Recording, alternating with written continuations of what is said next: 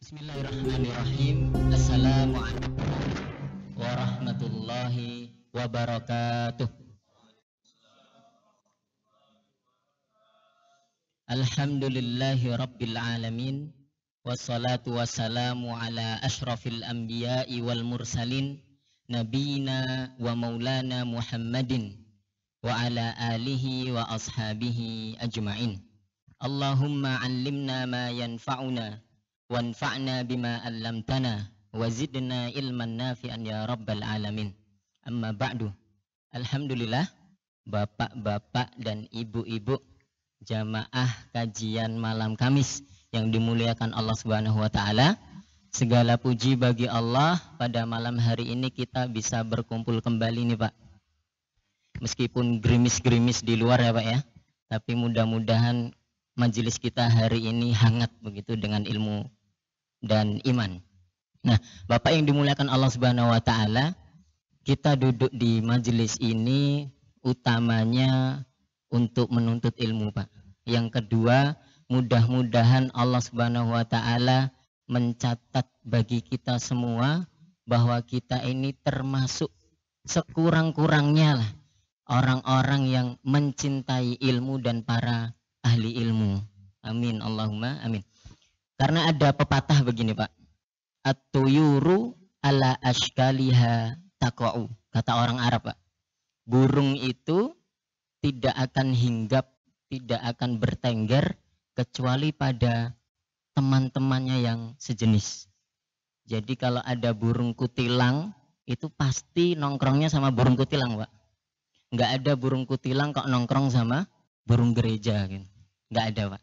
Nah, mudah-mudahan pada malam hari ini kita berkumpul dengan para ahli ilmu ya, untuk mendengarkan ilmu, duduk di majelis ilmu. Allah catatkan kita termasuk orang-orang yang mencintai ilmu, dan anak turunan kita termasuk orang-orang yang berilmu. Amin, Allahumma amin. Ibu bapak jamaah KMK yang dimuliakan Allah Subhanahu wa taala, tema kita pada malam hari ini adalah berinteraksi dengan non muslim Pak. Tema KMK itu memang sudah didesain sedemikian rupa untuk selalu aktual Pak. Jadi kalau akhir tahun begitu ya Pak ya, diskusi kita itu tidak akan jauh-jauh lah dari bagaimana kita bergaul dengan orang-orang non muslim ya. Banyak hari raya mereka atau nanti apa dan apa begitu Pak ya. Jadi tema kita pada penghujung akhir tahun ini berinteraksi dengan non muslim. Nah, untuk itu sudah hadir dua narasumber kita, guru kita yang mulia. Beliau yang pertama adalah Al-Ustadz Ahmad Sarawat LCMA. Assalamualaikum Ustadz. Waalaikumsalam warahmatullahi wabarakatuh. Dan juga yang kedua ada Ustadz Sutomo Abu Nasr LC. Assalamualaikum Ustadz. Waalaikumsalam warahmatullahi wabarakatuh. Kabar baik Ustadz ya? Alhamdulillah. Baik. Nah, Bapak dan Ibu tidak perlu berpanjang kalam lagi. Kita akan mulai nih ya KMK pada malam hari ini dengan pertanyaan yang pertama begini kepada Ustadz Sarwat dulu nih Ustadz, untuk sebagai permulaan. Sejatinya Ustadz, hukum dasar atau prinsip utama Ustadz kita sebagai umat Islam dalam berinteraksi dengan non muslim begitu Ustadz, itu bagaimana Ustadz? Apakah damai ya, ataukah memang prinsip dasarnya itu bermusuhan Ustadz? Ini supaya kita bisa menempatkan posisi kita dulu ini Ustaz. Ya. Silakan. Ya, memang di tengah dunia Islam, khususnya di kalangan para aktivis dakwah, itu ada dua pendekatan yang saling bertentangan. Ada yang mengatakan al-aslu itu adalah al-harbu atau al-adawah. Hukum dasar kita dengan orang kafir itu bermusuhan. Dasarnya apa? Ayat yang terakhir turun itu bicara tentang perang. Ya, jadi bara'atum minallah. Ada istilahnya putus hubungan lah. Allah tentukan gitu ya. Terus bunuhlah mereka di mana saja mereka berada. Ayat-ayat yang terakhir itu menghapus ayat-ayat yang awalnya lakum dinukum waliyadin atau wa anzir ashiratakal aqrabin, begitu-begitu itu fase Mekah. Tapi kalau udah fase Madinah, sudah Fathu Mekah terjadi, maka yang terjadilah orang kafir itu pada dasarnya adalah musuh. Kecuali nanti dia nyerah atau kita mau bikin semacam perdamaian gencatan senjata, nah itu lain cerita. Tapi prinsip dasarnya orang kafir itu harus dibunuh. Ini pendekatan yang pertama. Ini yang dipakai oleh kebanyakan ISIS, teroris, Al-Qaeda, dan sejenisnya, serta teman-temannya yang ada di Indonesia. Oke. Pokoknya orang kafir itu adalah pada dasarnya musuh, harus dibunuh.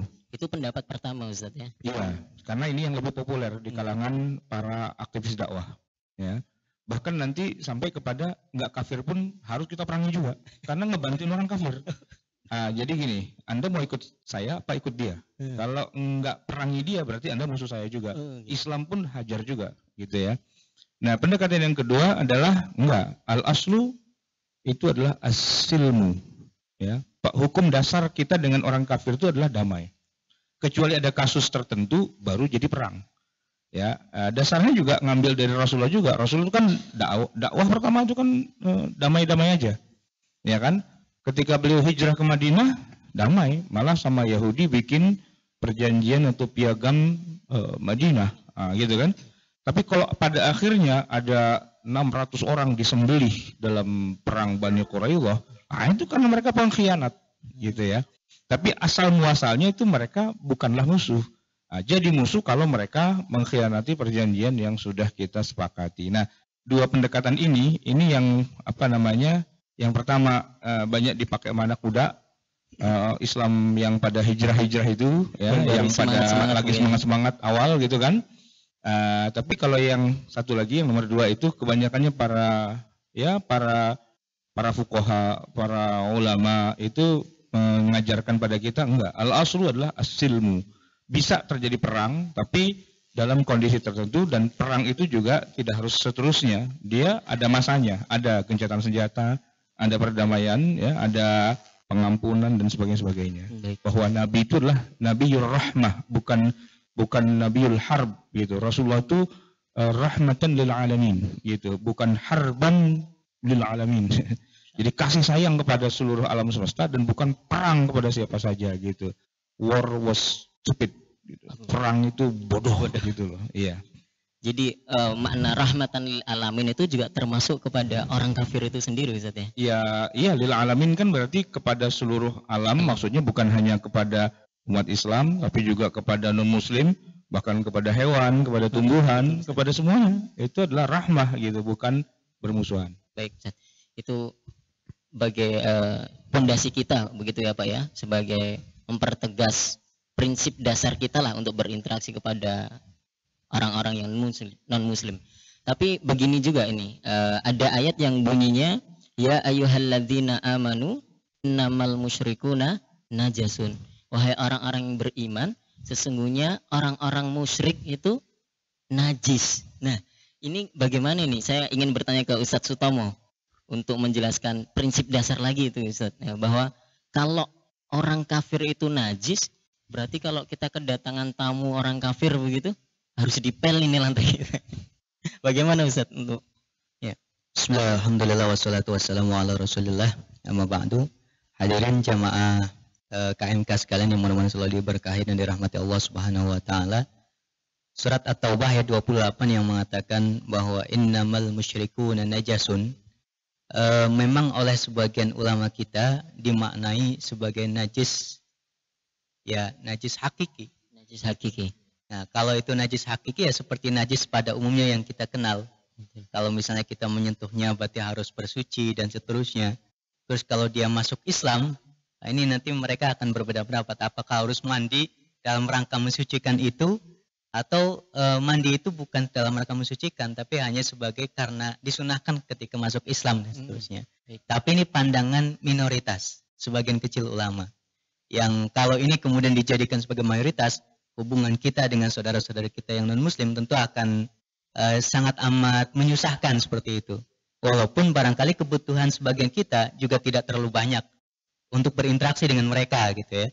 Walaupun tema kita interaksi dengan non-muslim, barangkali kebutuhan yang sifatnya suatu saat akan kita butuhkan. Tapi sebagian besar kaum muslim di Indonesia hampir-hampir tidak benar-benar membutuhkan ini, gitu. Ya, mereka ketemu non-muslim kadang-kadang, atau mungkin yang pernah sekolah, kuliah dan seterusnya punya teman non-muslim begitu aja, gitu. Nah, sebagian kecil ulama maknanya demikian. Tapi mayoritas ulama mengatakan najis atau najasun dalam ayat 28 surat At-Taubah ini bukan najis bermakna najis yang beneran najis hakiki itu, Bukan najis tapi hakiki. najis maknawi. Oke. Yaitu yang dimaksud najis adalah najis akidahnya, najis pemikirannya, najis ajarannya, yaitu menyembah selain Allah Subhanahu wa taala. Pokoknya sesuatu yang sangat amat bertentangan dengan Oke. akidah Islam. Najisnya di sisi itu. Gitu.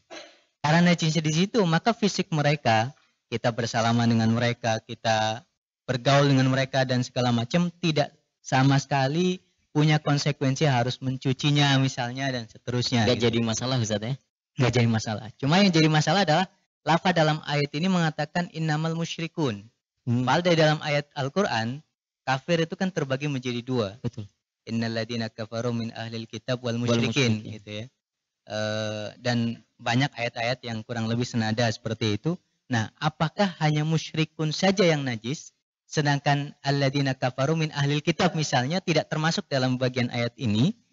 Semuanya sih sepakat tentang itu. Bahwa walaupun redaksinya menggunakan al-musyrikin, tetapi maknanya umum. Ya semua non-muslim gitu. Semua orang kafir. Semua orang kafir, baik itu ahlu kitab maupun musyrikin yang dijelaskan dalam beberapa ayat itu, ya termasuk di dalam makna ayat ini.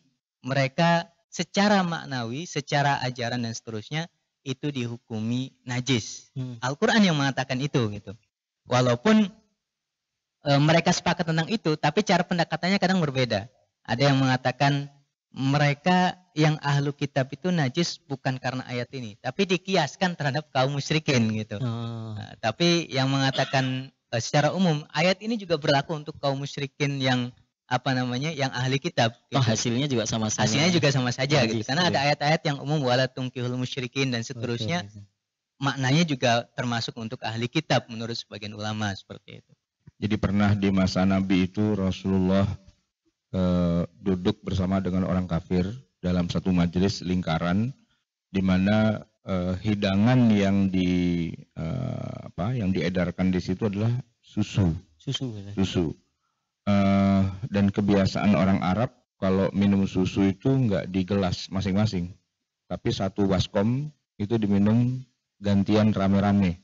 Satu baskom mulutnya banyak di situ, gantian. Rasulullah minum, kemudian diberikan kepada yang di kanannya, yang di kanannya itu bukan orang Islam, orang musyrik. Nah, itu minum. Setelah Joinan itu, begitu, joinan. Terus kasih lagi kanannya lagi Abu Bakar. Bakar minum. Terus gitu orang kafir lagi terus. Maka Nabi mengatakan ke kanan, muternya itu ke kanan gitu ya. Nah, ini menunjukkan bahwa air liurnya orang kafir itu tidak najis. Karena kalau najis Nabi bilang pisahin itu ludah lu najis tralala gitu ya. Ternyata enggak. Jadi air liurnya itu tidak. Jadi dikatakan musyrikun dan najasun itu umumnya para ulama sepakat bahwa najis itu bukan najis secara fisik, bukan secara hakiki, tapi najis maknanya adalah secara majazi, yaitu keyakinan mereka ada Tuhan selain Allah itu pemikiran yang enggak benar, maka diungkapkan dengan istilah najis, gitu. Akidah yang menyekutukan Allah, karena kaitannya dengan musyrikun, orang yang syirik pada Allah. Nah, syirik itu najis, gitu. Gitu, Ustaz. Kalau pertanyaan gini Ustaz, saya justru tergelitik begini. Kalau orang-orang kafir itu kan pasti nggak sholat nih, nah nggak bayar zakat juga dan dengan semua furu' syariah begitulah. Nah, pertanyaan saya itu apakah nanti mereka itu hanya disiksa atas akidah mereka yang keliru atau juga karena mereka meninggalkan sholat, nggak zakat, nggak haji begitu Ustaz? Dalam usul fikih barangkali bahasanya itu halil kufar mukhatabuna bi furu'i syariah, apakah orang-orang kafir itu terikat dengan syariat-syariat agama kita atau tidak Ustaz? Bagaimana? Iya, jadi begini, yang pertama bahwa kewajiban memeluk agama Islam itu berlaku kepada seluruh umat manusia, bukan kepada orang Arab atau umat Nabi Muhammad saja, tapi orang Yahudi, orang Nasrani, seluruhnya selama dia namanya manusia, dia terikat dengan ajaran yang dibawa oleh para nabi dan rasulnya masing-masing. Tapi ketika nabi dan rasulnya masing-masing sudah enggak ada, maka yang berlaku adalah Nabi Muhammad SAW sebagai nabi yang terakhir. Sebagai nabi yang terakhir. Jadi nabi ini nabi untuk seluruh umat manusia. maka kalau dia tidak memeluk agama Islam, ya dia kafir gitu ya. Dan nah ini yang penting nih, detil-detil ketentuan syariah yang berlaku pada kita, pada umat Nabi Muhammad ini sebenarnya berlaku juga pada mereka sebenarnya, tapi sifatnya ukhrawi, tidak duniawi. Jadi maksudnya begini, kan kita tahu ya, syarat sahnya sholat itu harus muslim. Jadi kalau ada orang kafir sholatnya nggak sah. Betul. Nah kalau sholatnya nggak sah, berarti kan mereka kan nggak terikat dengan kewajiban sholat, gitu kan? Secara duniawi iya. Nah di dunia ini, kalaupun dia sholat juga nggak diterima, percuma kan? Tapi di akhirat sekali dia nggak sholat, nah hukumannya tetap ada. Jadi ini serba salah jadi orang kafir itu, ya. Dia kagak sholat, dia dihukum. Dia sholat Nggak sah. Gitu. Nggak dihitung begitu. Nggak dihitung, kagak aci kan gitu ya. Nah ini kan ribet. Enakan jadi anak kecil. Kalau anak kecil tuh kebalikannya. Anak kecil yang udah umur mumayyiz 6-7 tahun, kalau dia nggak sholat nggak apa-apa. Kalau dia sholat dapat pahala. Kebalikannya orang kafir. Gitu. Makanya kalau mau jadi orang kafir jangan lama-lama. Gitu. Segera masuk Islam. Kenapa? Ini gini. Dia orang kafir nih ya. Baligh di usia berapa? Ya taruhlah usia 12 dia baligh. Begitu dia baligh, keluar mani atau kalau perempuan haid gitu ya, itu setiap masuk waktu sholat, argo jalan. Gitu, jalan terus, argo dosa berarti kan, ninggalin sholat terus jalan gitu. Nah, katakanlah di umur 70 gitu, dia tobat, dia masuk Islam. Nah, yang tadi itu argo itu yang tadi utang berarti kan? Betul. Itu otomatis hapus. Pemutihan. Al-Islamu yajubbu ma qablahu. Ya, keislamannya dia menghapus semua utang-utang dosanya dia itu. Begitu dia syahadat masuk Islam, meninggal. Cakep tuh. Gitu ya. Cakep itu. Gitu. Nah, tapi kalau dia sampai mati dia nggak baca syahadat, nah yang dari mulai balik sampai dia mati itu siksaan di akhirat. Di akhirat ya. Kalau di dunia percuma juga. Dia kerjain juga nggak ada ketentuannya. Ini yang sifatnya perintah. Bagaimana yang sifatnya larangan? Berlaku juga hal yang sama. Orang kafir minum khamr halal nggak? Orang kafir minum khamr halal nggak? Ya kalau kita yang minum nggak boleh. Betul. Kalau dia nggak terikat dengan ketentuan boleh enggaknya minum khamr. Maka kalau dia minum di dunia, kita nggak bisa larang. Woi, jangan minum khamr gitu. Nggak bisa. Kenapa? Orang dia kafir, nggak terikat dengan hukum itu gitu ya. Kalaupun dia mau disiksa dengan hukum duniawi, iya. Tapi kalau dalam misalnya orang kafir berzina, Pak. Orang kafir berzina. Terus dirajam nggak? Nggak berlaku. Rajam itu berlaku buat kita orang Islam gitu. Kalau nggak Muslim ya nggak bisa dirajam gitu. Jadi hukum-hukum itu nggak berlaku juga buat mereka. Maka walaupun kita bikin aturan nggak boleh ya nyolong dan sebagainya, tapi ketika ketahuan dia nyolong itu kita hukum, tapi hukumnya bukan hukum yang berlaku sama kita. Hukumnya yang kita buat secara duniawi aja, apa digebukin, apa diapain gitu ya, penjara dan sebagainya, tapi tidak berlaku khitab syar'i pada mereka baik yang wujuban atau yang haraman gitu ya. Nah, tapi di dunia. Nah, sedangkan di akhirat tetap argonya jalan. Kurang lebih begitu. Iya. Jadi secara hukum duniawi gitu nggak jadi masalah ya. Ya jadi kalau ada orang kafir ya, orang kafir di rumahnya mabok. Itu kita nggak bisa ngelarang. Nggak bisa ngelarang. Secara hukum syar'i nggak bisa ngelarang. Kecuali hukum duniawi. Siapa yang mabok maka dia dihukum. Ini hukum negara nih gitu kan. Nah, dia mabok atau dia bawa apa tuh obat-obatan terlarang dan sebagainya, ketahuan bawa 2 kilogram ganja, ditangkap. Iya, secara hukum negaranya. Tapi kalau secara hukum syariahnya karena tidak ada ketentuan khitab pada mereka berlaku di dunia ini, ya sebenarnya nggak jadi masalah. Maka kalau mau punya ganja yang banyak jadi orang kafir aja. Mau minum gitu ya, jadi orang kafir aja. Itu malah nggak kena di dunia tapi kalau di akhirat tetap tabungannya numpuk itu. Iya. Jadi orang kafir itu di akhirat nanti Pak ada 2 siksaan yang sudah menunggu mereka, Pak. Pertama karena kekafirannya, yang kedua karena mereka meninggalkan dari cabang-cabang syariah itu ya. Kekafirannya menjamin mereka pasti neraka dan nggak mungkin masuk surga. Artinya di neraka dia abadi. Kalau kita kan enak nih, walaupun masuk neraka juga gitu ya. pada akhirnya akan dikeluarkan karena syahadat kita, ya kan, karena syafaatul uzma dari Rasulullah gitu loh. Tapi kalau dari awal aja dia udah nggak beriman pada Allah, nggak beriman pada Rasulnya, kafir nih ya. Kafir tapi nggak punya dosa. Maksudnya dia kafir yang alim. Maksudnya nggak pernah bikin kejahatan, ya kafir yang soleh, nggak pernah bikin kejahatan, nggak pernah apa, malah bantu orang melulu apa segala macam. Itu kira-kira di akhirat masuk surga apa neraka? Neraka. Nah, cuman nerakanya yang paling ringan, gitu. Kayak Abu Thalib. Abu Thalib itu orang baik banget, orang Nabi aja dibelain melulu kan, dibelain terus gitu. Mati kafir, ya masuk neraka karena dia nggak baca syahadat gitu ya. Tapi di neraka yang paling ringan, riwayat tuh menyebutkan gimana pakai terompah yang terbuat dari bara api, yang kalau terompah itu dipakai otaknya mendidih, nah gitu. Itu yang paling ringan katanya. Nggak kebayang deh Ustaz. Iya, nggak usah dibayangin. Ini Masya Allah, jadi kita takut Pak, tapi kita jadi selamatnya jadi orang Islam Pak, Ya, bukan jadi orang kafir Pak. Nah terkait dengan tema ini Ustaz, berinteraksi dengan non muslim, saya mau ke Ustadz Sutomo. Ada satu hadis itu yang jangankan kita niat untuk menghafal Ustaz, kita nggak niat menghafal pun hafal juga otomatis Ustaz. Hadisnya itu bunyinya man tasyabbaha biqaumin fahuwa minhum.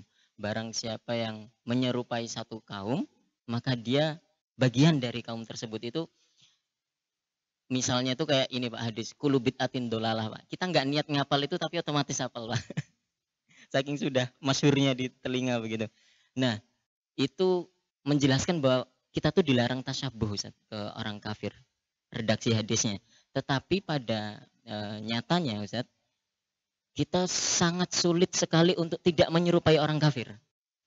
Maksud pertanyaan saya itu begini, tasyabuh itu menyerupai orang kafir yang dilarang itu batasannya bagaimana? Kalau cuma menyerupai dilarang, orang kafir makan terus kita nggak boleh makan atau begitu. Orang kafir pakai baju, kita berarti nggak boleh pakai baju atau gimana? Ustaz, silakan Ustaz, batasan tasyabuh. Bismillahirrahmanirrahim. Dulu Imam Malik itu pernah memakai jubah gitu ya, jubah, dan kebanyakan orang Madinah juga sama menggunakan jubah, atau bahasa saya tidak tahu terjemahan jubah ini pas atau tidak, dalam bahasa Arab disebut sebagai al-burnus kayak gitu. Burnus. Nah, sebagian orang ada yang kemudian menanyakan kepada Imam Malik, baju seperti ini di beberapa tempat itu adalah bajunya para pendeta, khasnya mereka gitu. Nah, apa kata Imam Malik kemudian? Sejak dulu kami di sini pakai ini gitu. Padahal banyak ulama yang mengatakan kalau saja Imam Malik menggunakan hadis, ada hadis yang bisa dijadikan sebagai landasan tentang tidak ada masalah menggunakan burnus, walaupun itu adalah tradisi para pendeta di sebagian tempat memakai burnus tersebut gitu. Yaitu hadis yang larangan bagi seorang yang sedang berihram memakai kofazain dan seterusnya, salah satunya adalah al-burnus itu gitu. Artinya kalau tidak dalam berihram ya boleh pakai itu kan. Ya, dibolehkan gitu. Maka terus apa yang menjadi larangan dalam hadis tadi, man tasyabbaha biqaumin fahuwa minhum, barang siapa yang menyerupai suatu kaum maka dia termasuk dari kaum tersebut. Para ulama kemudian menjelaskan bahwa penyerupaan yang dimaksud atau yang dilarang adalah penyerupaan pada hal-hal yang khas ibadah mereka gitu. Atau yang sangat amat terkait dengan keyakinan dan ibadah mereka. Misalnya orang saudara-saudara kita dari Nasrani punya salib gitu ya. Nah, kita pakai salib misalnya. Ya itu dilarang gitu. Karena sudah identik sekali. Orang Nasrani. Apalagi itu bukan hanya identik. Lambang agama utama mereka ya salib itu gitu. Dan berbagai macam lambang-lambang yang lain yang sangat kita kenali sebagai khas ajaran mereka atau ideologi mereka dan seterusnya, itu jelas dilarang gitu. Dan ketika kita kemudian memakai tersebut, memakai benda-benda seperti itu, ya termasuk dalam larangan hadis ini. Man tasyabbaha biqaumin fahuwa minhum gitu. Cuma ternyata dalam realitanya ada juga hal-hal yang sifatnya itu sangat khas gitu ya. Ini menjadi satu bentuk tempat bangunan ibadah-ibadah mereka misalnya. Tapi pada sejarah yang kita, bukan hanya sejarah, hari ini juga kita melakukannya. Masjid-masjid kita itu Pak, itu punya kubah, punya menara, kadang di atas kubah dikasih bintang, bulan bintang, bulannya bulan sabit gitu ya. Terus ada mihrab dan seterusnya gitu. Itu di antara perdebatan-perdebatan ulama di dalam kitab-kitab fikih mereka menyebutkan bahwa ini semuanya dari mihrab, kubah, bulan bintang itu dan juga apa namanya tadi menara gitu ya. Itu bukan tradisi Islam. Oke. Bukan tradisi Islam. Bahkan ada sebagian apa namanya tradisi ini seperti kubah dan seterusnya dan mihrab menurut sebagian ulama itu tradisi Kristen gitu di tempat ibadah mereka. Ini tempat ibadah mereka. Dan yang namanya tempat ibadah kan sesuatu yang khas gitu. Tapi justru secara turun-temurun dari entah abad keberapa seperti itu dipakai oleh umat Islam. Bukan hanya masjid kita di Indonesia atau di mana. Masjid Nabawi, ya, Al-Qubbatu. Ini Ustaz. Nah, Al-Qubbatul Khadra, ya. Kubah hijau. Kubah hijau gitu, kubah hijau. Kayak di Pancoran ada ya Ini masjid. bid'ah nih, di zaman Nabi nggak ada nih. Iya. Ini semua bid'ah. Orangnya bid'ah semua. Banyak apa namanya tulisan sejarah menyebutkan bahwa kubah tersebut itu baru dimunculkan oleh seorang raja di Mesir gitu ya di tahun 678. Ini ngapalinnya gampang Pak tahunnya. Karena urut ya? 678 Hijriah gitu. Nah, 678 Hijriah, 678 Hijriah berarti kan jauh sekali dari masa Nabi. Itu kubah di Madinah dibangun. Itu masa Imam Nawawi itu barangkali Ustaz.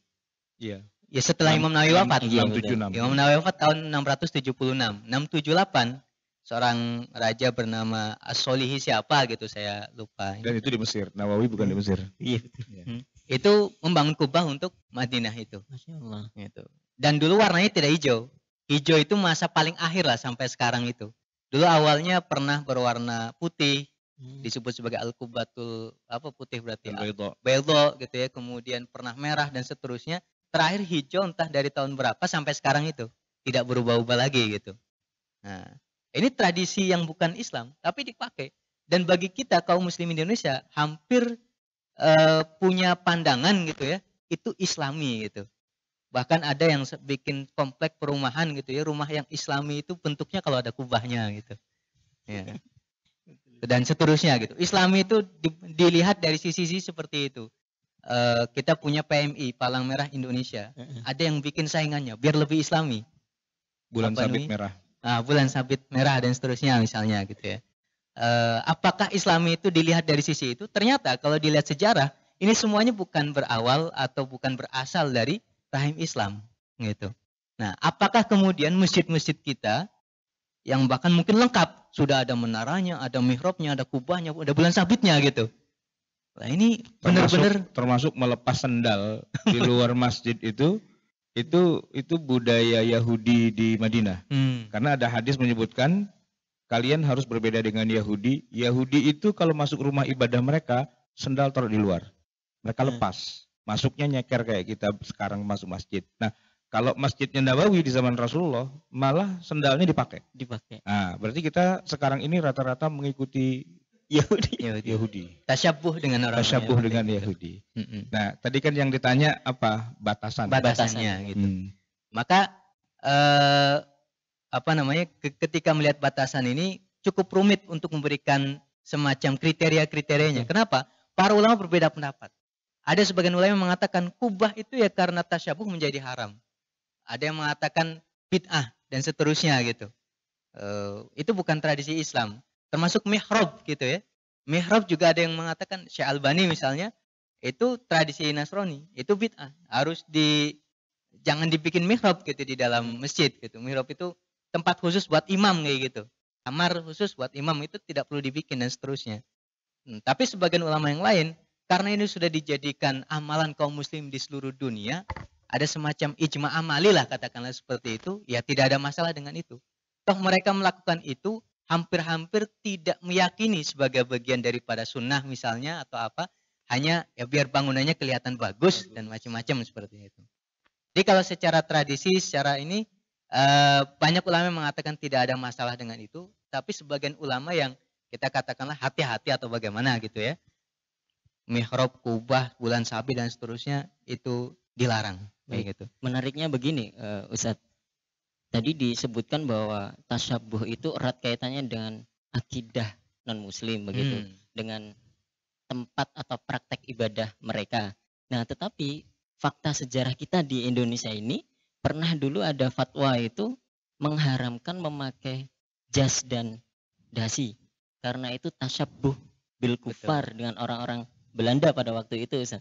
Nah, ini kan jas dasi itu kan tidak ada kaitannya dengan akidah mereka, tidak ada kaitannya juga dengan praktek Dan ibadah. ternyata atau fatwa tersebut, kalau itu di Indonesia zaman dulu gitu ya, betul. zaman sekarang beberapa ulama di Saudi dan seterusnya masih ada fatwa semacam itu gitu. Oh, masih berlaku begitu, Ustaz. Ada yang Masih meyakini. memfatwakan Oke. bahwa memakai dasi itu, ada yang bertanya gitu ya, bagaimana seorang wanita memakai dasi kepada Syekh Utsaimin gitu. Kemudian beliau memberikan jawaban, dasi bagi laki-laki saja. Saya agak ragu untuk mengatakan boleh gitu. Apalagi bagi wanita kayak gitu. Ya. Artinya batasannya itu apakah kemudian hanya khusus Jadi tasabuh itu tadi benar ya. Pertama yang sudah menjadi ciri khas yang sifatnya universal. Dan juga yang kedua yang menjadi ciri khas walaupun tidak universal. Artinya begini, pakaian itu kalau di negeri kami itu pakaiannya orang kafir. Oke. Walaupun pakaian itu kalau di negeri yang lain tidak harus yang kafir sih, gitu ya. Di Saudi kan rata-rata orang kalau pakai baju kan pakai gamis panjang, gitu kan. Nah terus pakai jas itu pada masa tertentu di wilayah tertentu ya, itu jadi pakaiannya orang kafir memang. Nah, maka wajar Kiai Hasyim Asy'ari, kemudian siapa tadi Utsaimin ya, Utsaimin dan sebagainya itu banyak yang masih mengharamkan hal itu. Tapi kan zaman mengalami perubahan. Nah, seiring dengan perubahan zaman itu, fatwanya juga akan menyesuaikan. Jadi mungkin di Saudi masih relevan, tapi di Mesir, ya, di Syria, di Lebanon, di mana yang banyak perpaduan budaya Barat dengan budaya Timur. Kan jas itu anggaplah kita sebut budaya orang Barat. Nah, Barat itu kan tidak otomatis kafir, gitu ya. Cuma kalau konteksnya di Jombang, ya di Jombang di tahun sebelum kemerdekaan, ya orang Belanda itu kafir semua dan tidak ada Belanda yang tidak pakai jas gitu. Jadi untuk pandangan yang sifatnya subjektif kedaerahan lokal temporal gitu ya, saat itu bajunya orang kafir. Maka fatwanya berlaku untuk waktu dan zaman yang tertentu. Tidak bisa dipastikan terus panjang zaman. Sebab apa yang dikatakan oleh Kiai Haji Hasyim Asy'ari itu oleh putranya beliau sendiri juga langsung dikoreksi di zamannya. Kan anaknya Hasyim Asy'ari namanya Wahid Hasyim, Menteri Agama kita yang pertama. Coba lihat fotonya Wahid Hasyim, pakai jas pakai dasi. Bertentangan dengan fatwa bapaknya. Tapi ingat mereka hidup di zaman yang berbeda. Dengan realitas yang berbeda. Dan Wahid Hasyim itu nggak tinggal di Jombang, tinggal di Jakarta. Gitu. Jadi dengan realitas yang dinamis itu, fatwanya juga kan fatwa itu sangat bergantung pada situasi kondisi, ya kan, yang dialami oleh yang memberi fatwa itu sendiri. Maka tasyabbuh batasannya itu sifatnya memang dinamis, gitu, dinamis. Dan jangan kaget dulu kalau ada ulama yang bilang haram, gitu. Santai aja dulu. Kenapa? Kita lihat realitasnya dia itu hidup di dalam suasana yang kayak apa, gitu kan. Nah, kita pun kalau hidup di zaman Kiai Haji Hasyim Asy'ari di Jombang, kita juga akan bilang, iya itu kafir itu, gitu loh. Pakai sepatu, pakai jas, pakai apa, wah itu Belanda loh, gitu kan. Sama orang Betawi kita zaman dulu juga begitu kan. Apa lo dansa-dansi kayak noni Belanda aja lo kan gitu. Nah itu kayak Belanda lo, begitu kan. Makanya roti lagi kan kayak Belanda lo gitu. Ya emang orang Belanda makanya roti gitu. Kalau kita kan makan jengkol gitu kan. Nah, dia. Nah jadi tasyabbuh itu sendiri memang dia bisa berubah gitu, berubah. Zamannya berubah, lokasinya berubah, ketasyabbuhan itu pun juga sifatnya nisbi juga pada akhirnya. Jadi kalau ditanya apa batasannya, harus diperhatikan ruang, waktu, realitas. Kalau begitu terkait, silakan. Penting juga kita membahas itu gitu ya, terutama di tahun baru nanti gitu. Betul. Kan. Kayaknya hampir yang jualan juga Muslim, yang beli juga Muslim. Trompet misalnya gitu. Kemudian apalagi itu. Dan yang Muslim yang lain bilang kafir tuh, kenapa? Sesuai dengan orang kafir gitu kan. Trompet haram kan gitu ya kan. Yang punya tahun baru yang Nasrani itu nonton gitu. Iya. Ini tahun baru saya, mereka yang ribut, mereka yang jualan. Iya. Sama, kita lebaran juga, kan lebaran kita. Betul. Tapi masang petasan itu kan bukan budaya kita, Betul. budaya Cina itu kan. Dodolnya dodol Cina, ya kan? Itu kan bukan punya orang Islam, punya orang kafir gitu kan. Dan bagi-bagi duit pada hari raya Idul Fitri, angpau, itu budaya Cina, itu bukan budaya kita. Termasuk baju yang saya pakai ini. Baju koko ini, bukan baju Rasulullah nih, ya kan? Baju Cina, gitu kan, baju Cina. Nah, ini kan berubah. Mungkin di zamannya dulu ini bajunya Jackie Chan, bajunya Jet Li gitu kan. Tapi ketika masuk ke Indonesia, bajunya orang Cina, namanya berubah menjadi busana Muslim. Kalau dibilang pertemuan besok pakai busana Muslim ya, pasti baju ini, gitu loh. Ya kan, bukan kemeja seperti gamisnya orang Saudi itu enggak, tapi ini yang kita pakai malah. Nah itu kan tasyabbuh itu nanti sifatnya dinamis, ya bisa berubah dan sebagainya. Cuma memang ada meme atau apa yang kadang-kadang kita mendapatkannya ketika di-share gitu ya. Di hari tanggal 1 Januari itu nanti seorang muslim bisa berubah atau menjadi penganut 3 agama sekaligus gitu. Serem. Karena dia trompet kan khas Yahudi misalnya. Terus kembang apinya Cina gitu, dan seterusnya gitu. Ini cukup berbahaya sekali seolah-olah ketika katakanlah bertasyabuh, misalnya pun itu terlarang misalnya, tidak otomatis kemudian dia menjadi kafir gitu. Itu berbahaya sekali. Tapi banyak itu kita bisa melihat dan tersebar di mana-mana gitu ya. Jadi man tasyabi qaumin fahuwa minhum juga tidak dimaknai sebagai orang yang sama dengan mereka kemudian kafir, berarti itu tidak dimaknai. Tidak otomatis begitu. Tidak otomatis demikian. Yang benarnya itu tidak menjadi murtad, tidak kafir, yang benarnya. Tapi kalau yang melencengnya bukan cuma kafir, halal darahnya. Gara-gara dia niat trompet, besok kita penggal palanya. Kenapa? Kafir loh gitu kan. Ada yang sampai sejauh itu juga. Kejauhan memang. Kejauhan. Ya. Kalau itu buang-buang harta gitu ya, terlalu boros dan seterusnya, kita sepakat ya. Tapi kalau sampai mengkafirkan para pelakunya, tentu ini cukup berbahaya gitu. Oke, baik. Kita break sejenak dengan adzan Isya. Berhenti untuk mendengarkan adzan Isya tadi. Satu lagi Ustaz, pertanyaan tentang tasyabbuh bil kufar ini Ustaz, menyerupai orang-orang kafir ini. Apakah ketika kita umat Islam itu memberi nama anak-anak kita dengan nama-nama orang kafir, ya, seperti ada orang tuh namanya apa? Cecep Gorbacep, Pak. Misalnya. Atau dengan ya Cristiano Pariem misalnya atau apa begitu. Nah, ini apakah termasuk tasyabbuh bil kufar yang dilarang itu Ustaz? Silakan Ustaz. Ya, jadi gini. Tasyabbuh itu tadi kan intinya tidak boleh gitu ya.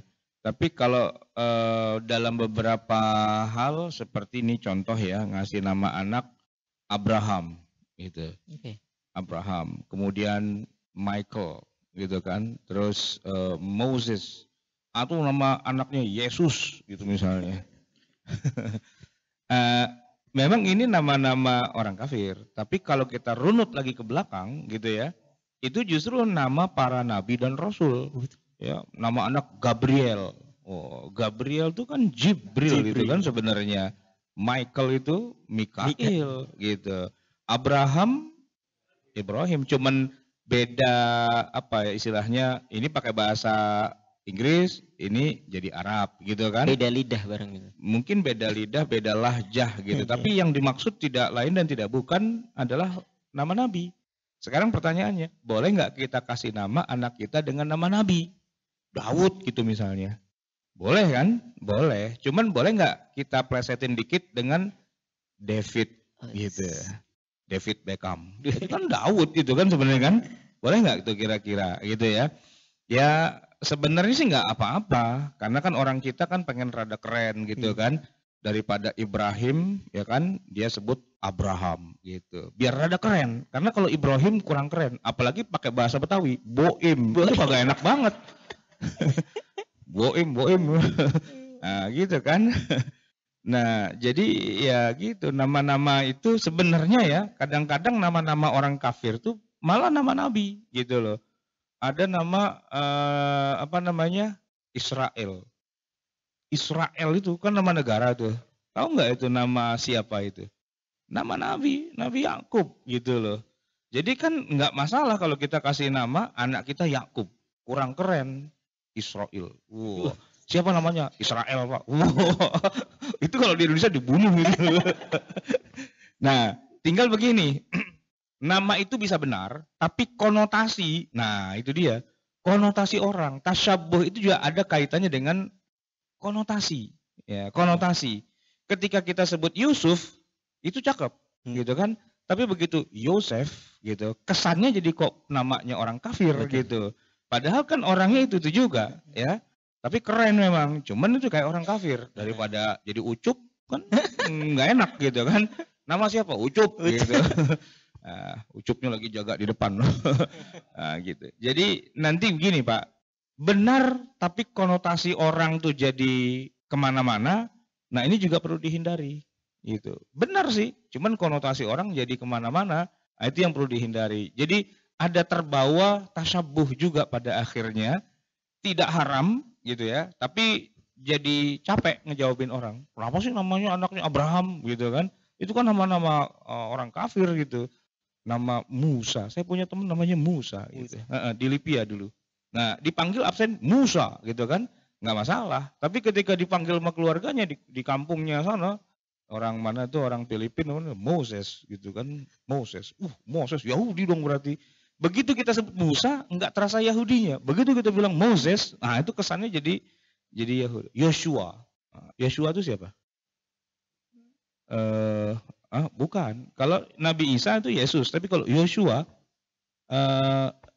Aliasa ya apa Aliasa. Ilyasa. Ilyasa itu nama nabi, yang 25 nabi dan rasul itu nama nabi. Cuman keren kan? Joshua. Jadi Joshua yang penyanyi cilik sekarang udah gede itu nama nabi loh sebenarnya itu kan.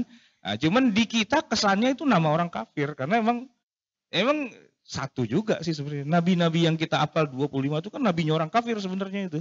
Sebenarnya gitu kan. Nabinya orang Yahudi, nabinya orang Nasrani. Cuman masuk di Quran. Gitu. Masuk di Quran sebagai orang soleh. Gitu. Baik Ustaz. Tampak jelas ya Pak ya tentang masalah tasyabuh bil kufar ini. Kita lanjut ke materi berikutnya tentang begini Ustaz Sutomo. Dalam hal mendoakan orang kafir Ustaz. Bolehkah kita umat Islam ini mendoakan orang kafir? Contoh kasus begini Ustaz. Tetangga kita atau teman kerja kita lah begitu, orang kafir sakit. Nah terus apakah mentang-mentang dia orang kafir terus kita ketika datang menjenguk itu mampus lu gitu. Enggak, saya doakan sembuh ya karena kamu kan kafir begitu Ustaz. Nah ini gimana Ustaz, mendoakan orang kafir, mendoakan kesembuhan untuk orang kafir begitu. Bagaimana hukumnya? Itu doa keselamatan ya. Doa keselamatan. Hati-hati di jalan, semoga selamat sampai tujuan gitu. Atau semoga proyeknya berhasil begitu. Semoga kecelakaan di jalan gitu. Bagaimana Ustaz? Iya. Para ulama membagi mendoakan saudara-saudara kita non muslim itu menjadi dua. Gitu. Kalau mendoakan untuk mendapatkan hidayah misalnya, itu bukan hanya boleh, ya sebaiknya kita mendoakan. Sering mungkin punya saudara atau punya tetangga atau siapa untuk mendapatkan hidayah. Kemudian mendoakan yang dilarang, misalnya mendoakan minta ampunan kepada saudara yang sudah meninggal atau siapa yang sudah meninggal dari kalangan kaum kafir itu untuk mendapatkan ampunan Allah Subhanahu wa taala. Bahkan apalagi mendoakan, mensolatkan saja kan dilarang seperti itu. Dan solat itu tujuan utamanya mendoakan itu. Allahumma gfir lahu warhamhu. Jadi kalau ada orang meninggal, orang kafir gitu, nggak boleh kita doakan. Rahimahullah dan seterusnya itu ya enggak. Semoga Allah mengampuni dan meringankan di dalam kuburnya gitu. Seterusnya. Itu boleh. Tidak diperbolehkan. Nah, tetapi kalau mendoakan yang sifatnya keduniaan seperti itu, seperti yang disebutkan Imam Nawawi dalam Al-Majmu' itu, tidak ada masalah, tidak ada larangannya mendoakan bisyifa untuk mendapat kesembuhan ketika dia sakit misalnya, mendoakan keselamatan tadi, terus macam-macam lah yang sifatnya kebaikan-kebaikan. Semoga sukses, semoga diterima jadi PNS, semoga diterima jadi PNS dan macam-macam itu tidak ada larangannya di dalam. Semoga cepat dapat jodoh. Termasuk. Jadi baik. Jadi yang haram itu adalah sebenarnya ini kan asal muasalnya begini Pak. Nabi Ibrahim itu ngajak bapaknya untuk masuk Islam nggak mau, Betul. Gitu kan? Ya udah. Kalau gitu kata Nabi Ibrahim, gini deh, kan kamu bapak saya dan saya nabi, saya kan punya fasilitas. Nanti kalau kamu udah mati masuk neraka, saya minta gerasi deh sama Allah.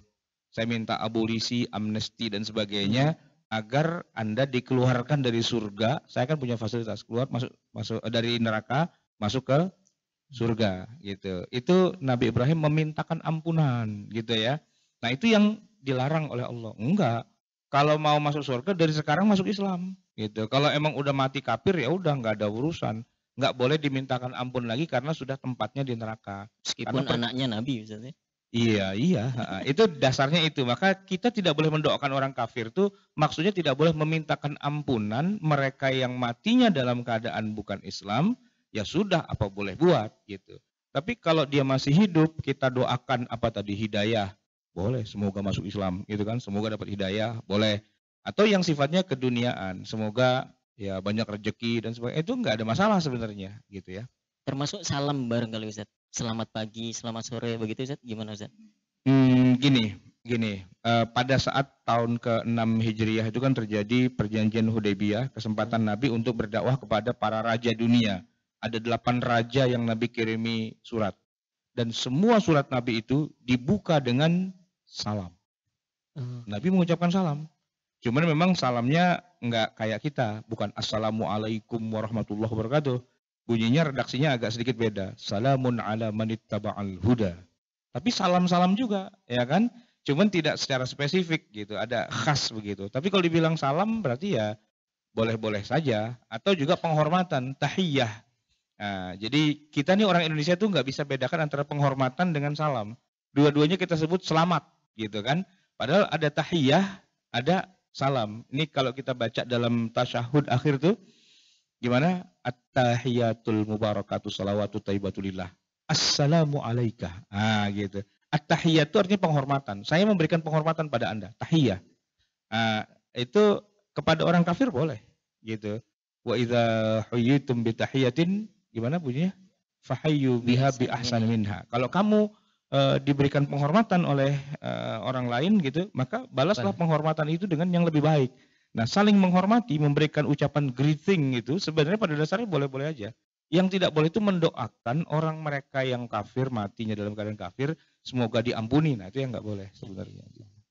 Sebenarnya banyak sekali Ustaz, tentang interaksi umat Islam dan non-Muslim begitu Ustaz, yang ingin saya tanyakan. Termasuk begini, ketika seorang tetangga kita lah, non-Muslim begitu Ustaz, punya hajat atau bangun rumah begitu, kita boleh nggak Ustaz ikut bantu-bantu mereka itu Ustaz? Iya, itu termasuk hal-hal yang diperbolehkan. Orang kafir loh Ustaz. Walaupun itu orang kafir gitu. Kita saling membantu. Dulu Rasulullah SAW itu ya biasa bertransaksi gitu dengan orang-orang Yahudi. Pokoknya bergaul pada hal-hal yang sifatnya tidak masuk di dalam ranah-ranah keagamaan, di dalam ranah-ranah akidah dan seterusnya. Itu tidak ada masalah. Kecuali ta'awunnya itu pada hal-hal yang misalnya kita diminta ikut membangun gereja.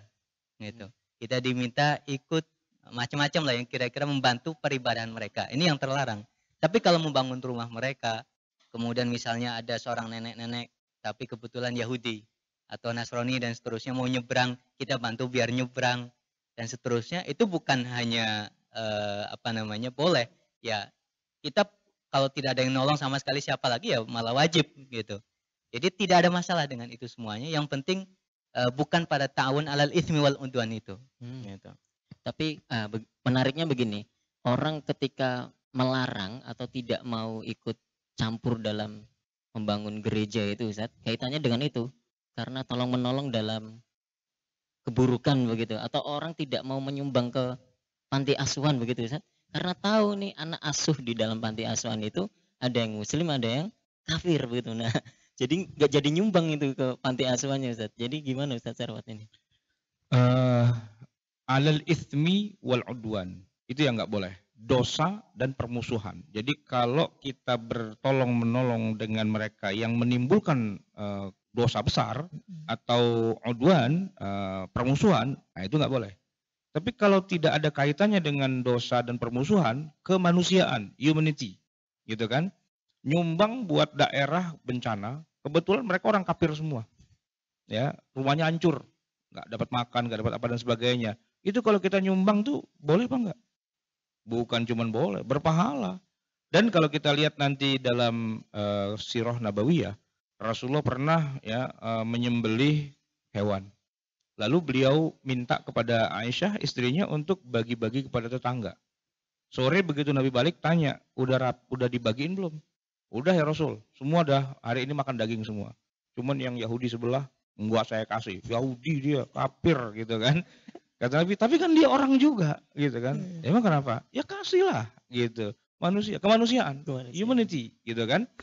Kata Aisyah, iya sih, tapi mohon maaf, dagingnya udah habis gitu. Kata Nabi, yang buat saya? Kalau buat Anda emang udah saya siapin. Nah itu aja bawain. Akhirnya Nabi nggak jadi makan itu. Itu Pak, kisah-kisah seperti itu tuh bertabur dalam sejarah Rasulullah gitu loh. Jadi tidak mentang-mentang kafir lalu kita cekek aja gitu, enggak Pak gitu. Kita sumbang gitu. Kan ada hadis yang menyebutkan ada wanita yang memberi minum anjing gitu ya, atau laki-laki gitu. Ngasih minum anjing ini bukan sekedar kafir lagi nih, udah anjing dia gitu kan. Lebih dari kafir gitu kan, anjing gitu loh. Kehausan, kita kasih minum, gara-gara itu masuk surga. Apalagi bukan anjing, manusia. Walaupun dia kafir, itu urusan dia dengan Tuhannya. Tapi saya dengan Anda itu kita nggak punya permusuhan. Dan Anda butuh, saya tolongin. Nanti kapan-kapan kita butuh, dia tolongin, boleh nggak? Iya boleh-boleh aja. Kita nggak bisa bilang, woi lu kafir sih, aturan sih gua terima. Gara-gara lu kafir, nih gua balikin kagak jadi gitu. Enggak juga. Jadi at-ta'awun itu yang tidak boleh adalah alal ismi wal udwan. Tapi kalau alal insaniyah, itu nggak masalah gitu loh. Pada hal-hal yang sifatnya ukhuwah bainan nas gitu ya. Jadi hakul adami, haknya sesama anak Nabi Adam. Kecuali zakat. Zakat nggak boleh dikasih pada orang kafir. Tapi kalau kayak yang sunnah-sunnah itu, ya kurban itu kan sunnah, akikoh sunnah, sunnah itu kan bagi. Bahkan zakat pun untuk yang mu'allafat qulubuhum itu bisa itu. Iya, bahkan ada pengecualian kalau dia memang mu'allafati qulubuhum. Iya. Jadi pada dasarnya syariah itu tidak mengharamkan kita memberi pertolongan pada orang kafir sebagaimana kita juga tidak diharamkan mendapatkan pertolongan dari mereka selama tidak masuk kepada hal-hal yang dosa spesifik itu dan juga odwan, perangan, permusuhan satu sama lain. Pernah Nabi SAW itu kedatangan seorang non-muslim. Nabi pas lagi punya banyak kambing gitu ya. Tiba-tiba ada non-muslim ini Yahudi kalau nggak salah, minta kepada Nabi SAW, tolong dong diambilkan satu atau beri saya satu kambing itu. Kata Nabi, bukan hanya satu. Ini ambil semuanya aja. Enggak satu aja. Enggak semuanya gitu. Sejak itu kemudian dia masuk Islam. Dan pulang ke kampungnya ngumumin, wih masuk Islam. Saya aja minta satu dikasih banyak. Apalagi kalian masuk Islam sana gitu. Ya. Gitu Mas. Takliful qulub. Ya. Itu kedermawanan Nabi SAW tidak hanya kepada sesama sahabatnya, tidak hanya kepada fakir miskin dari golongan kaum muslimin, tapi bahkan juga ke lintas agama berikutnya. Agama. Bahkan pada hal-hal yang sifatnya hampir-hampir ada ritual keagamaannya gitu ya. Seperti jenazah misalnya. Itu Nabi pernah pada saat ada jenazah lewat gitu. Itu biasa berdiri untuk semacam menyambut atau menyongsong datangnya jenazah, penghormatan itu. Satu saat pada saat berdiri ada sahabat yang kemudian sedikit protes. Kalau jenazah yang ini kafir ya Nabi. Bukankah dia juga seorang manusia? Gitu. Itu kemudian yang disampaikan oleh Nabi SAW. Itu kaitannya dengan kalau sosial begitu Ustaz ya. Tapi masih kita temui juga Ustaz di kalangan sebagian kita itu tidak mau beli produk orang kafir Ustaz. Karena dianggap itu ya kalau saya beli produk orang kafir itu kan membantu perekonomian mereka, membuat mereka itu yang tadinya kaya tambah kaya. Sedangkan kaum muslim itu keadaannya seperti ini. Dan uang mereka pun biasanya juga digunakan untuk menghimpit kaum muslimin begitu Ustaz. Ini hukumnya bagaimana Ustaz kalau membeli produk dari orang kafir itu Ustaz? Ya. Ini kan berarti transaksi yang sifatnya ekonomi, betul. Perdagangan atau jual beli dan seterusnya gitu ya. Dalam sejarah kita melihat Nabi SAW pernah membeli tetapi dengan cara berhutang gitu. Beras karena nggak ada, bukan beras ya, gandum gitu ya. Karena nggak ada makan di rumah, bayarnya pakai apa? Ya digadekanlah baju besinya Nabi SAW sampai kemudian pada saat beliau belum bisa untuk mengambil kembali baju tersebut belum malah meninggal duluan. Gitu. Itu transaksi dilakukan dengan seorang Yahudi. Tidak ada masalah. Bahkan di Mawsu'ah Fiqhiyah Kuwaitiyah itu menyebutkan apalagi yang dhimmi seperti itu. Bahkan bersama kafir harbi pun transaksi yang sifatnya seperti itu diperbolehkan. Mayoritas ulama mengatakan diperbolehkan. Padahal kafirnya kafir Harbi. ya. Dalam kondisi halal darahnya, halal hartanya, halal hartanya tapi dan seterusnya. tidak menghalangi juga halalnya bermuamalah dengan mereka. Gitu. Jadi kalau misalnya sampai ada yang mengatakan kalau menghalangi diri atau katakanlah tidak mau membeli itu tidak ada masalah gitu ya. Tapi ketika sampai mengharamkan, ini kan yang jadi problemnya di situ. Haram hukumnya membeli di toko ini atau mall ini dan seterusnya gitu. Itu kalau sampai diharamkan, orang pulang haji, pulang umroh tuh nggak bawa oleh-oleh. Karena semuanya made in China. Ya kan, sejadah made in China, tasbihnya made in China, semuanya made in China gitu. Jadi kalau ada gambar ini ini dicetak di Jerman ini. Jerman. Dicetak di Jerman. HP Bapak tuh apa itu? Dicetak apa di HP Samsung, Cina, Korea. Asing-asing. Ya kan begitu ya. Komputer kita semua apapun gitu ya. Maka Dr. Yusuf Qaradawi itu cerita begini. Kita perang sama Israel katanya, ya kan? Perang bunuh-bunuhan dan sebagainya. Tapi kita nggak akan menang-menang. Kenapa? Karena semua kebutuhan kita itu kita impor dari Israel. Mulai dari jarum pentul sampai roket itu kita belinya sama mereka, gitu loh.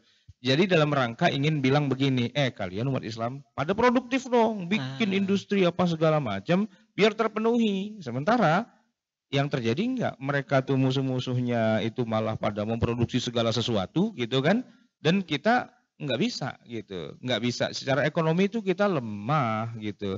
Nah kalau kita secara ekonomi lemah lalu kita haramkan produk luar, ya kita nggak bisa pakai baju, kita nggak bisa pakai celana, kita nggak makan karena semua yang kita makan, semua yang kita pakai hari ini memang produk non Muslim. Bagusnya adalah ayo kita bangun industri kita biar maju, biar kita bisa mandiri dan sehingga kita tidak bergantung pada produk non Muslim. Tapi itu himbauannya begitu, jangan dibalik. Haram pakai produk non Muslim. Nah terus kita pakai apaan? Pakai daun pisang gitu. Kan nggak mungkin juga gitu. Artinya secara sikap pribadi gitu nggak masalah ya Ustadz ya. Misalnya kita tidak membeli dari produk kafir itu ya karena kita nggak suka aja dengan produk itu atau ya kita ingin membantu produsen dari kaum muslimin yang lain. Tetapi yang keliru itu ketika kita mengatakan haram hukumnya membeli produk kafir begitu Ustadz ya. Baik. Kalau masalah ini Ustadz terkait dengan tempat peribadatan. Ada gereja, ada candi, ada pura begitu Ustaz. Kita boleh nggak Ustaz masuk ke tempat-tempat seperti itu? Misalnya dapat undangan nikah ini Pak, tetangga kita atau teman kerja gitu ya non Muslim, tapi acaranya di gereja Ustaz. Iya. Jadi gini, pada dasarnya ketika Rasulullah SAW itu masih di Mekah, belum hijrah ke Madinah, Mekah itu Masjidil Haramnya kan dipenuhi dengan berhala banyak, 360 berhala. Betul. Tapi Nabi tidak terhalang dari sholat di Ka'bah. Ka'bah nih, gitu kan? Ini kan kita utaranya tuh di sana, ya selatannya di sini, arah Hajar Aswad tuh ke sini ke Indonesia, gitu kan? Utaranya di mana? Utaranya sono ya. Nah, itu Pak, Nabi kalau sholat tuh di depan Ka'bah, sambil menghadap ke Baitul Maqdis, sambil juga menghadap Ka'bah gitu. Cuman kalau sholat ya di Mekah itu ya, Nabi gantian. Kalau orang-orang kafir musyrikin Mekah lagi pada bikin ibadahnya mereka, tawaf apa gitu, Nabi nggak ikut. Tapi begitu mereka udah bubar, baru Nabi datang. Ini menunjukkan bahwa masuk ke rumah ibadahnya orang kafir, kan waktu itu rumah ibadah orang kafir tuh walaupun Ka'bah gitu, itu tidak mengapa. Ya, ketika Nabi di Mi'rajkan, Isra ya ke Masjidil Aqsa, namanya doang sih Masjidil Aqsa, tapi realnya masjid itu bukan masjid sebenarnya. Itu masih rumah ibadahnya orang-orang Kristen, ada patung Nabi Isa, Bunda Maria dan sebagainya. Tapi Nabi masuk dan sholat di situ, gitu. Bahwa Umar bin Khattab ketika menerima Baitul Maqdis itu tidak mau sholat di dalamnya, itu lain hal, politis, takut dianggap mencaplok gitu kan. Tapi kalau masalah bolehnya, boleh-boleh saja. Jadi masuk rumah ibadah agama lain dan kita sholat di situ boleh. Kita ke Bali, ke pura gitu ya, tidak masalah. Ke Borobudur, naik ke atas itu nggak masalah juga. Ya, bahkan kalau, waduh, belum sholat zuhur nih gitu kan, Ya udah sholat aja di situ, nggak apa-apa, boleh. Tapi kan mau sholat wudhu dulu, di atas nggak ada keran, ya, turun berarti kan kita. Kalau udah turun wudhu, nggak usah naik lagi, ngapain capek di sini aja.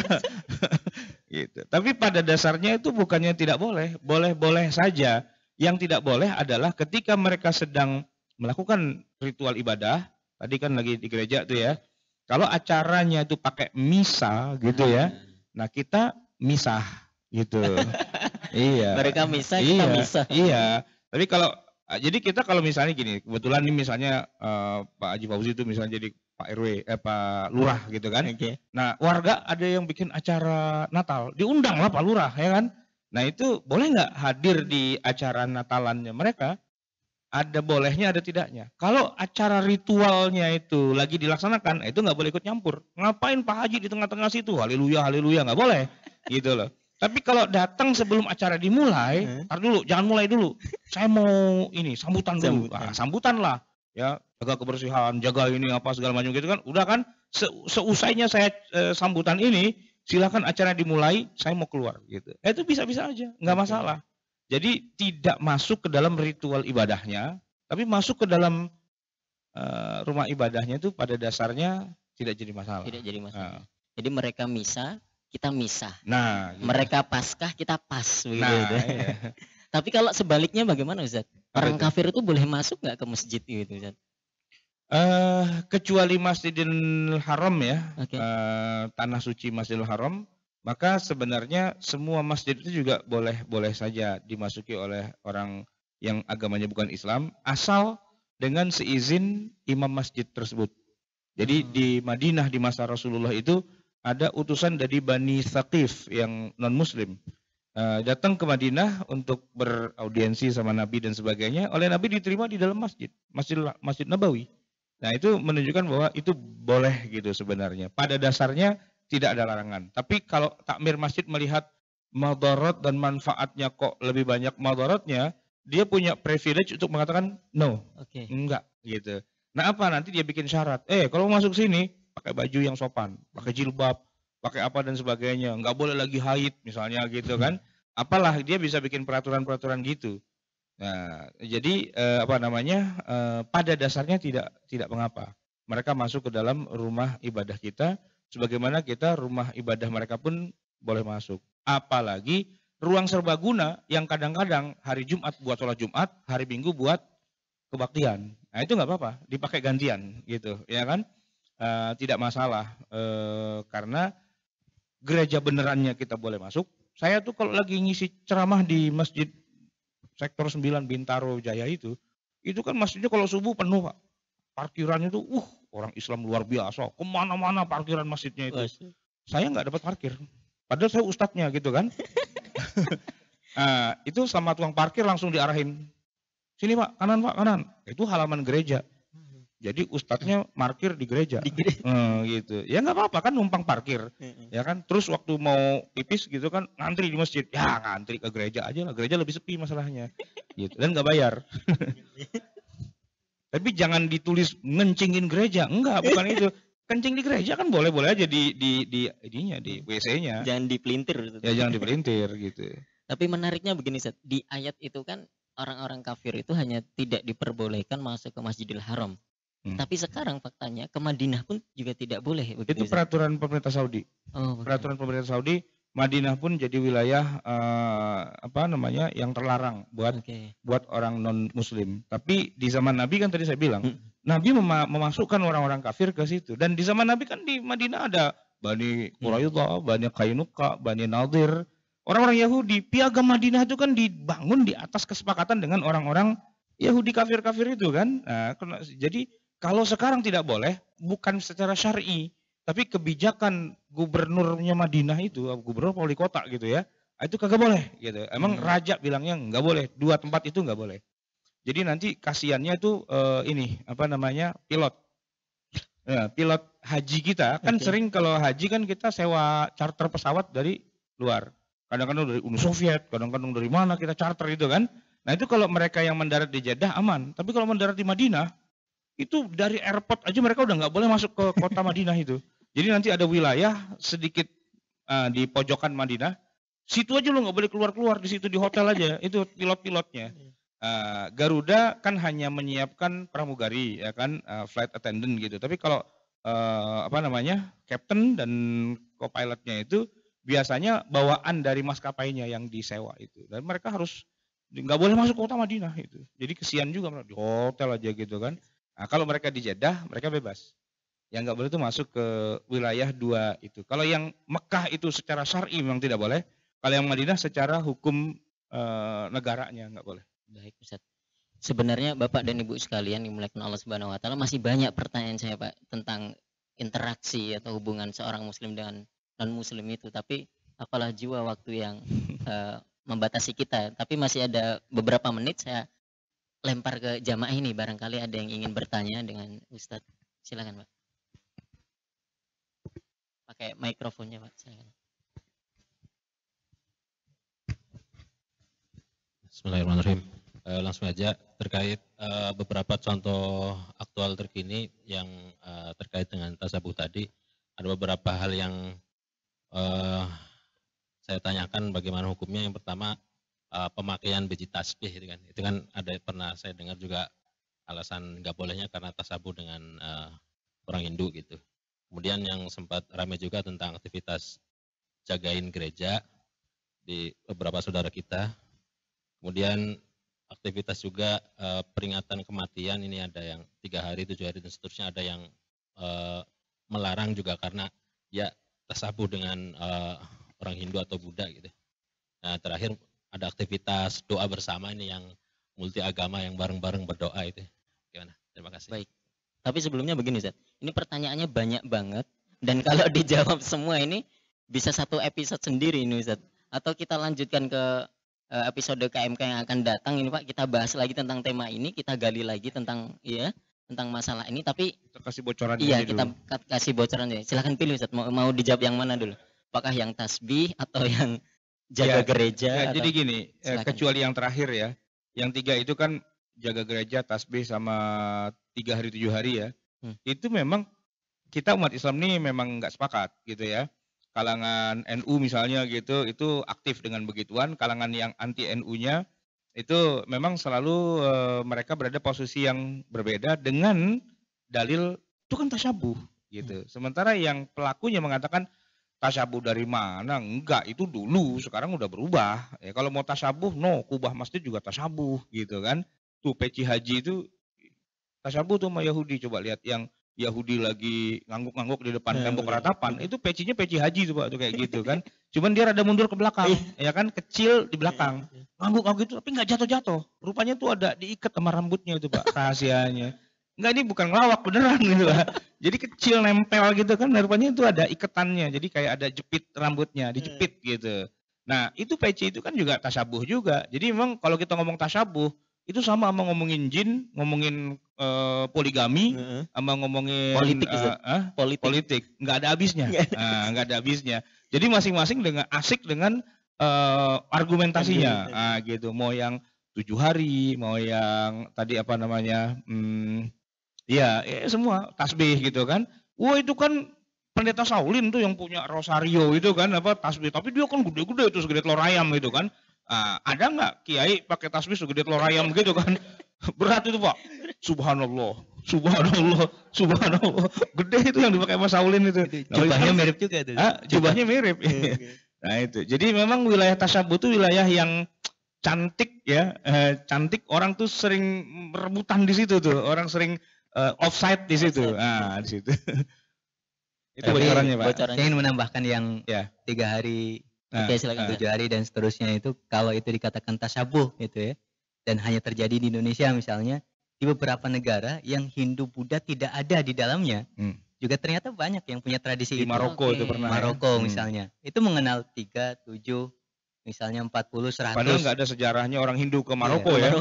Kejauhan. Siapa yang menceritakan sejarah itu kan hampir-hampir kita tidak menemukan bukti-bukti ya, misalnya ada candi apa misalnya di sana juga tidak ada gitu. Tapi tradisi itu ada gitu. Nah terus apakah karena orang Maroko ke Indonesia dulu, kemudian mengimpor ajaran itu bagaimana gitu? Hebat juga Indonesia, bisa ekspor tahlilan. Berarti berhasil Islam Nusantara dari dulu. Artinya kalau itu diklaim sebagai tasyabuh ya perlu dikaji ulang. Gitu. Tapi kalau yang doa bersama memang itu masalahnya agak sedikit ya. Dalam satu ritual upacara bendera lah gitu ya. Mari kita berdoa sesuai dengan agama masing-masing, berdoa mulai gitu kan. Saya dari dulu kecil bingung gitu, doanya apaan gitu kan. Doanya kata guru saya baca Fatihah aja gitu kan. Nah yang Kristen saya tanya, lu baca apaan? Tahu gue, haleluya dah katanya gitu. Nah bolehkah orang dalam satu majelis beda agama lalu sama-sama berdoa? Nah, padahal kan doa itu kan ibadah gitu kan. Tadi kan kita masuk pada rumus dasar tidak boleh beribadah tuh nyampur jadi satu gitu. Nah, tidak boleh. Kalau satu ritual ibadah milik orang Hindu, misalnya orang apa tuh kalau di Borobudur itu orang Buddha ya pada hari Waisak itu kan mereka lagi pada baca apa itu ya, kayak semacam kalau kita mungkin yasinan apa gimana baca gitu kan. Nah kita nggak boleh ikut tuh, nggak boleh masuk gitu. Nah cuman ini bukan ritual ibadah agama tertentu, kebetulan beberapa orang ngumpul di satu lokasi, agamanya beda dan masing-masing berdoa sesuai dengan kepercayaan masing-masing. Itu boleh apa enggak? Gimana kira-kira? Kalau saya sih jangan dijawab Ustadz, biar untuk pekan depan aja. Jadi kita menggantung kerinduan di hati para jamaah ini Ustaz, biar mereka pekan depan tuh hadir lagi. Interaksi non-muslim jilid 2 gitu. Jilid 2 betul Ustaz. Jadi ada peribahasa dalam bahasa Arab itu. Kamis depan masih Desember ya? Masih. Atau pas Natal itu? Sehari setelah Natal. Wah, sehari setelah Natal ya. Cakep lah itu. Ada mungkin kita undang juga orang-orang Kristen hadir di sini gitu kan biar dia bisa ngasih penjelasan kayak gimana menurut pandangan dia. Jadi dialog antara lintas agama. Iya, nanti kan kita tanya orang Islam dalam pandangan ente najis juga enggak gitu. Pertanyaan yang sama. Iya, yang sama gitu loh. Habis itu salaman gitu ya. Habis salaman dicuci 7 kali salah satunya dengan tanah. Wallah. Begitu. Jadi kita sengaja untuk menggantung jawaban-jawaban itu supaya nanti masih ada banyak pertanyaan. Masih ada banyak Ustaz. Oh, sebenarnya saya Ustaz. Serius ini Ustaz. Ada berapa itu? Ini ada 20 pertanyaan. Oh, 20 pertanyaan. Tadi yang kita bahas tuh baru sekitar 8. Waduh. Masih ada 12 lagi sebenarnya. 12 lagi ya. Makanya kita perlulah nampaknya berinteraksi dengan non muslim jilid kedua gitu. Ini nanti lama-lama kita bikin buku nih khusus ya. Bisa jadi. Judulnya berinteraksi dengan non muslim gitu kan. Hasil pengajian KMK 2 kali atau 3 kali pertemuan. Masya Allah. Begitu itu. Tadi saya sudah terlanjur beri bocoran bahwa ada peribahasa dalam bahasa Arab tuh gini Pak. Zurgibban ishtadda hubban. Jadi kalau ziarah ke tempat orang tuh jarang-jarang aja. Biar rindunya itu semakin memuncak begitu Pak. Jadi apel nggak tiap malam minggu ya? Setahun sekali aja. Hitungin nih Pak, ini belum nikah nih. Kemarin Gali udah nikah ya kan. Nah, jadi semoga yang duduk di sini jadi jadi host tuh akan segera nikah gitu. Amin. Kasih bocoran nggak orang mana? Dulu Ustaz Ajib kan belum nikah juga ya? Iya, Ajib belum nikah, gara-gara jadi host nikah. Gali nikah. Nah, sekarang nih. Itu memang jadi tujuan utama saya. Itu butuh berapa episode ya? Baik, nampaknya ini sudah terlalu malam ini. Jamaah sekalian. Ngeles dia. Kita tutup acara KMK pada malam hari ini. Mudah-mudahan apa yang disampaikan oleh guru-guru kita di depan ini bermanfaat untuk kita, bisa kita amalkan untuk diri sendiri dan keluarga begitu. Kita tutup dengan doa kafaratul majelis. Subhanakallahumma bihamdika asyhadu an la ilaha illa anta astaghfiruka wa atubu ilaik. Saya Wildan Jauhari beserta seluruh ustaz yang di depan mohon undur diri dari hadapan Anda. Mudah-mudahan bertemu lagi di minggu depan ya Pak ya. Mohon maaf atas segala kekurangan. Assalamualaikum warahmatullahi wabarakatuh. Waalaikumsalam warahmatullahi wabarakatuh.